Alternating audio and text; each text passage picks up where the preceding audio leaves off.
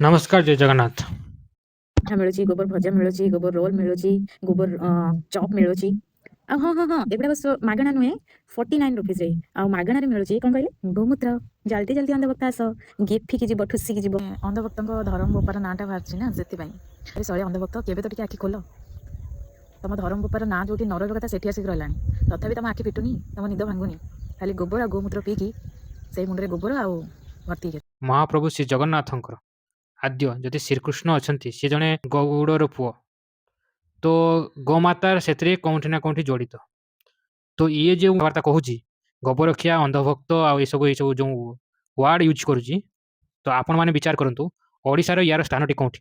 ଆପଣମାନେ ଏ ଭିଡ଼ିଓଟିକୁ ଏତେ ମାତ୍ରାରେ ସେୟାର କରନ୍ତୁ, ଠିକ୍ ଉପଯୁକ୍ତ ଲୋକଙ୍କ ହାତରେ ପହଞ୍ଚୁ ଯେମିତି।